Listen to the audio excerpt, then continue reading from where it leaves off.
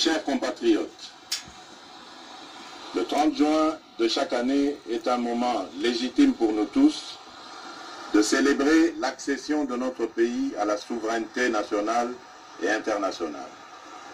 C'est aussi l'occasion de revisiter le chemin que nous avons parcouru ensemble, de prendre la mesure des défis au plan politique, économique et social, afin d'arrêter les voies et moyens d'offrir un meilleur avenir à notre progéniture. Il y a 60 ans, nos pères fondateurs, parmi lesquels Joseph Kasavubu et Patrice Lumumba, sont parvenus à concrétiser la profonde aspiration du peuple congolais à l'émancipation. Nous gardons tous en mémoire la belle histoire du 30 juin, celle de nos deux héros au tempérament différent, mais tout aussi déterminés pour la cause de l'indépendance. À cet égard, il me paraît juste, 60 ans plus tard, de réconcilier ces deux approches et d'élever Joseph Kasavubu, longtemps oublié, au rang largement mérité de héros national.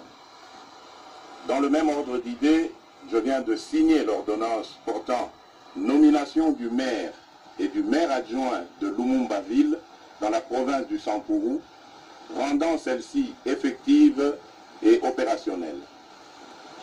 Le Congo, ce pays voulu et créé sans nous, 75 années plus tôt à Berlin, nous l'aimons et nous le chérissons, unis par le sort et ayant en partage une longue histoire commune, faite de joie, de larmes, de sueur et de sang.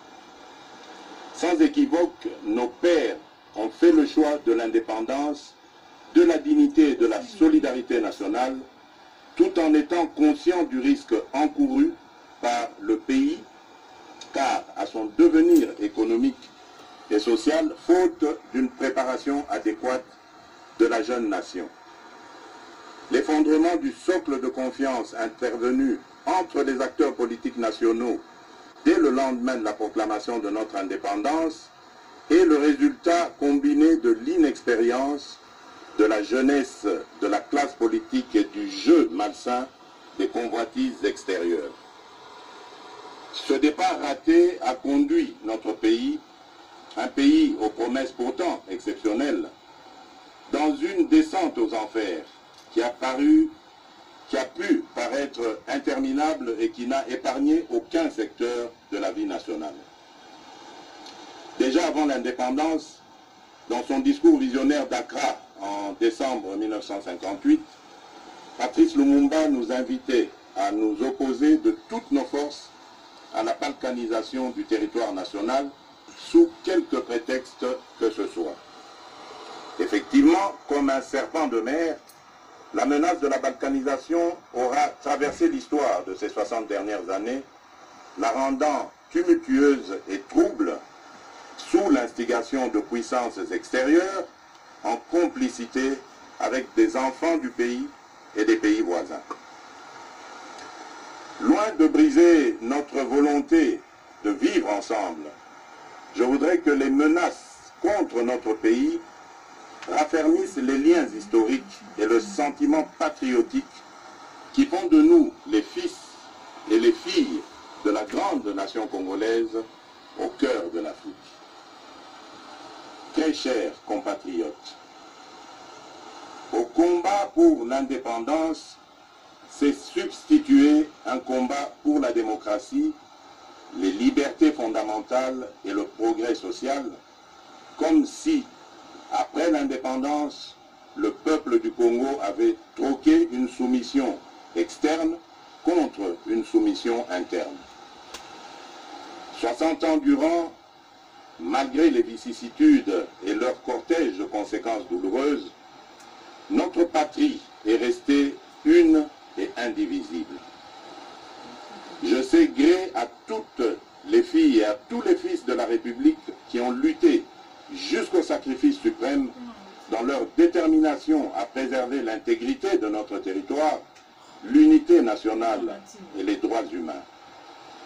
Je n'oublie personne. Je pense à nos vaillants officiers et soldats qui travaillent nuit et jour dans des conditions extrêmement difficiles. Je pense à nos mamans et nos sœurs martyrisées dans leur chair. Je pense à nos enfants victimes des conflits à arracher le simple droit d'espérer.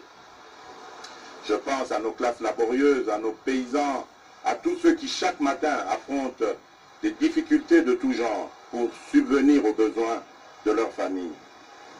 Je pense à l'ensemble de nos forces vives, et en particulier tous les combattants et martyrs de la démocratie, qui, dans la suite d'Étienne Tshisekedi d'heureuse mémoire, ont affronté les répressions les plus sanglantes, les plus barbares, depuis les temps forts de la guerre froide jusqu'à la veille des élections de décembre 2018.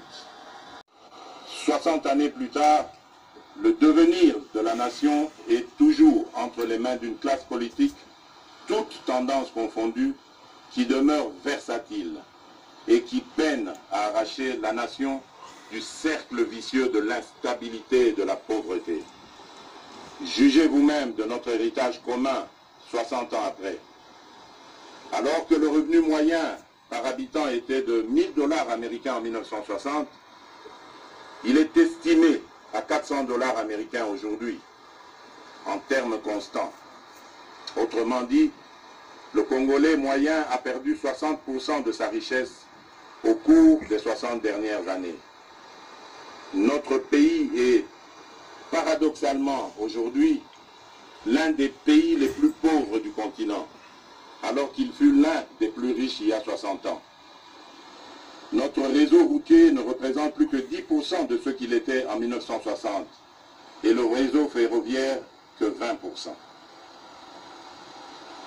Mes chers compatriotes, au lendemain de mon accession à la magistrature suprême, me conformant à mes obligations constitutionnelles et m'acquittant de mon devoir de redevabilité, j'ai prononcé le 13 décembre 2019 un discours sur l'état de la nation devant les chambres du Parlement réunies en congrès.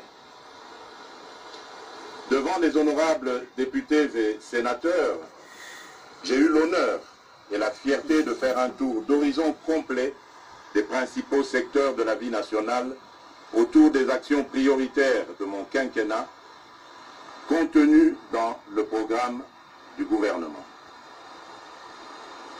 Il s'agit sur le plan politique du rétablissement de la paix et de l'instauration d'un état de droit. Sur le plan social, il y a notamment la gratuité de l'enseignement, la couverture sanitaire universelle et les logements sociaux. Sur le plan économique, la priorité a été donnée à l'accès à l'électricité et à l'eau potable, aux infrastructures et à la transformation structurelle de l'économie par sa diversification. Mes chers compatriotes, au moment où nous célébrons le 60e anniversaire de notre indépendance, je note que des pas importants ont été franchis. À l'est du pays, au nord et au sud Kivu, les groupes armés locaux et étrangers ont subi ces derniers mois une forte pression et enregistré de lourdes pertes. Plusieurs combattants issus de leur rang ont été soit capturés, soit démobilisés ou arrêtés, soit rapatriés dans leur pays d'origine. Les ADF sont à ce jour nettement affaiblis et délogés de tous leurs sanctuaires dans le territoire de Béni. L'armée réussit à déjouer plusieurs attaques terroristes de cette force du mal qui, de manière très isolée, mène des attaques ciblées contre les populations civiles. Je salue les efforts de nos officiers et de nos troupes sur le terrain et ma détermination d'en finir reste vive. En Ituri, le FRPI est engagé dans le processus de désarmement, de mobilisation et de réinsertion en cours de mise en œuvre. Ceci après la signature d'un accord de paix avec le gouvernement. Dans l'ensemble, des mesures non militaires sont davantage requises pour une meilleure mobilisation des communautés locales dans la lutte contre les forces négatives. Je réitère mon appel à tous les autres groupes armés afin de déposer les armes et de choisir la voie de la paix, sous peine de s'exposer aux sanctions coercitives de l'armée et à des poursuites judiciaires. Je condamne fermement les massacres des populations par des miliciens en Ituri, au nord et au sud Kivu. Tout en exprimant ma compassion aux familles durement touchées par cette barbarie ignoble, je les assure que ceci ne restera pas impuni. Chers compatriotes, comme je m'y étais engagé, l'établissement d'un état de droit est en marche dans notre pays.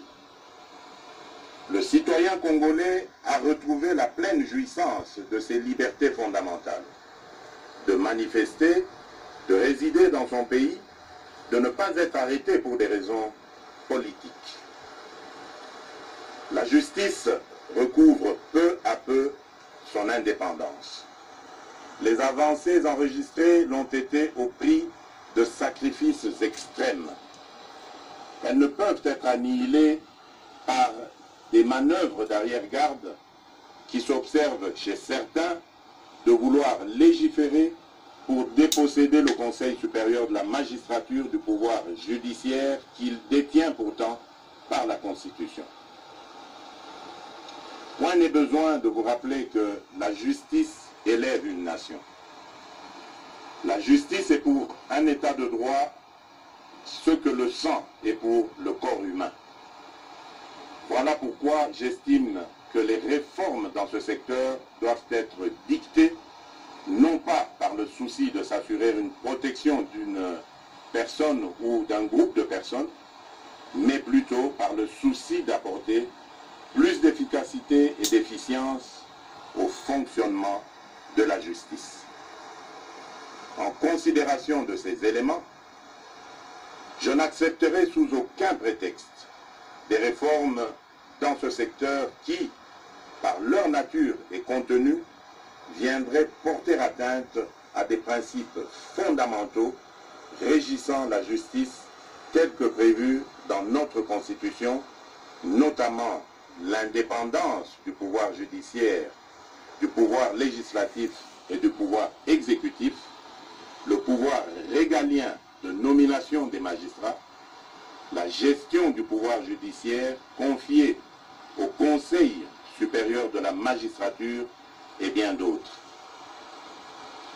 Je m'étais également engagé à rendre l'enseignement de base obligatoire et gratuit pour tous. À ce jour, fréquenter l'école est devenu une réalité pour nos enfants, quelles que soient leurs conditions sociales. En effet, jusqu'à la rentrée de 2019, notre pays était l'un des derniers au monde où l'école primaire était encore payante. Les parents finançaient les 2/3 des coûts de scolarité et 4 millions d'enfants n'étaient pas scolarisés en 2018 parce que les parents devaient choisir entre les nourrir ou les faire étudier. Depuis que nous avons lancé cette grande réforme pour la gratuité, 2,5 millions d'enfants supplémentaires ont pu retrouver le chemin de l'école. Cependant, cet engouement salutaire met en exergue deux autres importants défis que nous devons relever.